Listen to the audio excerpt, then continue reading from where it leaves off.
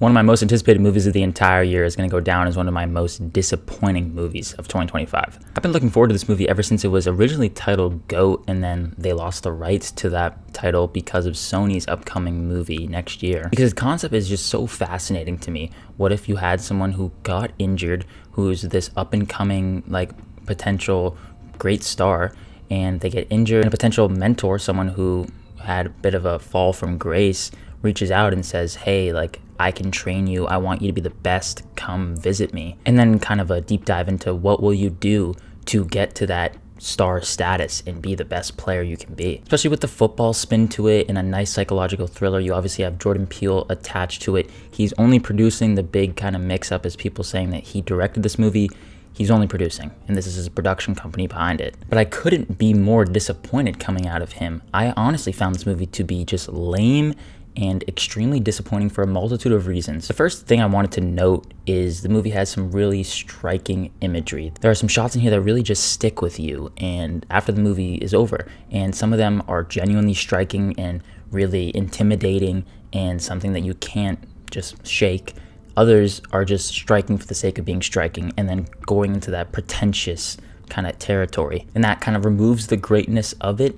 And I thought that had they just sprinkled in a couple really notable shots instead of just going for it and being like, this could be really cool, let's see what we can do, that's kind of what it felt like. Speaking of pretentious is the dialogue. It's super on the nose and it bugged me more than anything. Some conversations just have you laughing when they're supposed to be intimidating. The screenplay itself, there's some genuinely abysmal things in here. The third act is an absolute mess and filled with just exposition dumps that are just stating the obvious. That's what I meant when it goes back to on the nose. You're telling the audience what we already know. It kind of goes like the Last Supper kind of event, and it is so bad. It turns into torture porn. Another bad part about the writing, why should I give a shit about anything going on in this movie? There's a real disconnect between the audience and the writing. They try to set the groundwork for this father-son dynamic and grieving the loss of a parent however many years later. They don't really explore that in any really meaningful manner. They don't really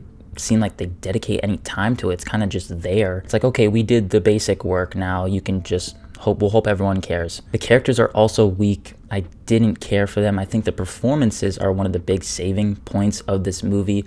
Marlon Wayans and Tyreek Withers. Marlon Wayans, he kind of goes into just absurdist territory sometimes. He's kind of just doing too much, but for the most part of it, he's really solid. Tyreek Withers, this guy, I can see a lot of potential in him being a great star. This movie also felt much longer than it was. At just 90 minutes, a little over 90 minutes, it felt 3 hours long. And in terms of its horror themes, the jump scares are very predictable. I think there was one that caught me off guard fairly early on in the movie. Other than that, though, they were just very expected.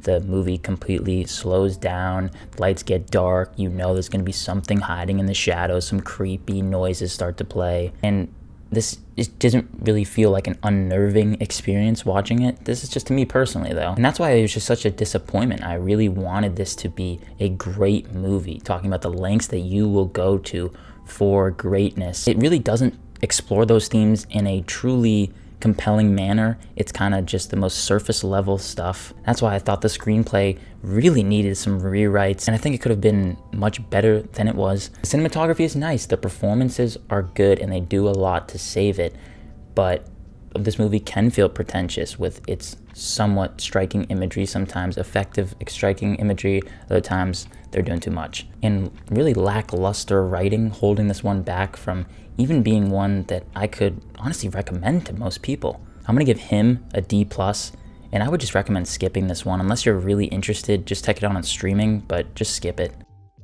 There was no part of me that wanted to come out of this movie thinking it was lame, but that's just how I feel. Be sure to let me know your thoughts on it down below in the comments. I want to thank you so much for watching this review. If you did enjoy it, hit that like button and subscribe to the channel if you haven't already. And as always, look forward to more content coming soon.